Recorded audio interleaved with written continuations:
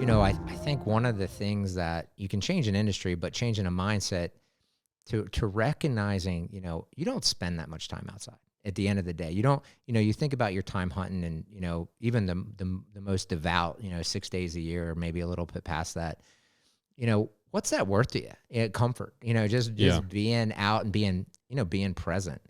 And, that guy who asked about shed hunting, maybe just wants to be present.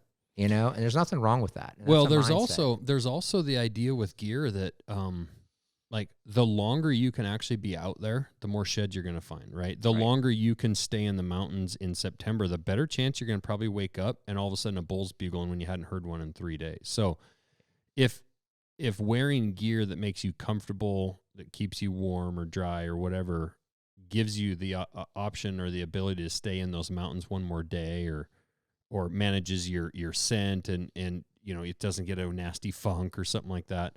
That shed hunter is probably going to find more sheds. And I mean, those people take that shed hunting as serious as someone does actual hunting. Yeah, absolutely. I mean, just, when you kind of start breaking it down to what is it worth to you, and then that outcome or being there a little longer, it's why people buy better things. I mean, you guys, you kind of making a better knife than people made, or thinking about how you might carry it, or, it's still that mentality of recognizing that there's parts of your world that are worth a little bit more. Yeah. And it's worth you spending, the time, not just the money, but the mind space to understand what's important to you and bringing that into the fold. That is industry changing logic.